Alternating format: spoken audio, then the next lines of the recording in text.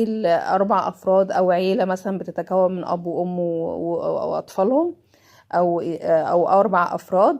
معانا نص كيلو فراخ بانيه هنقطعها كده صوابع بالمنظر دوت، وعصير ليمونة كبيرة، وكوباية زبادي متوسطة.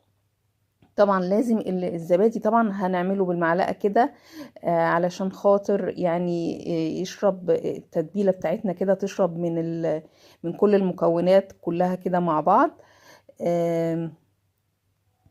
مدة تتبيلة الشاورما السوري النهاردة أقل حاجة هتبقى ربع ساعة، وممكن تبقى من ربع ساعة لنص ساعة. بعد ما حطينا الزبادي هنحط شوية زيت، يعني حوالي معلقتين أو 3 كده، وشوية خل. البهارات بقى ممكن نحط أي بهارات موجودة عندنا، بس في حاجات أساسية كده زي الفلفل الأسمر، الكمون